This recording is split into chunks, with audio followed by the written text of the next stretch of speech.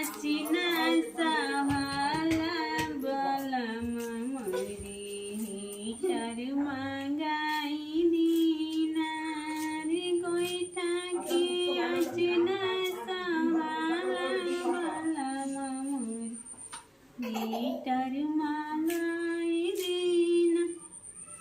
Heater के देखी देखी सासू जलत है कि देखी देखी सासू जलत है। सासू के बागा बैठा दे बलम मोरे हीटर मंगाई दे।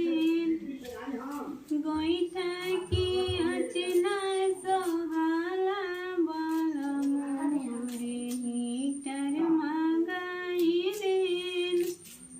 हीटर के देखी देखी गोतिन जलत है।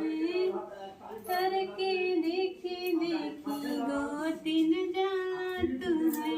गोतनी के अलगा करा दे बलम मोरे हीटर मंगाई देना।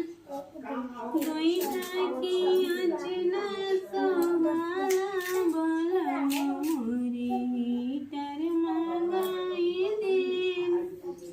हीटर के देखी देखी ननद जलत है। हीटर देखी देखी ननद जलत है। ननद के गवना कराना बलम मोरे हीटर मंगाई ना। हीटर के देखी देखी तो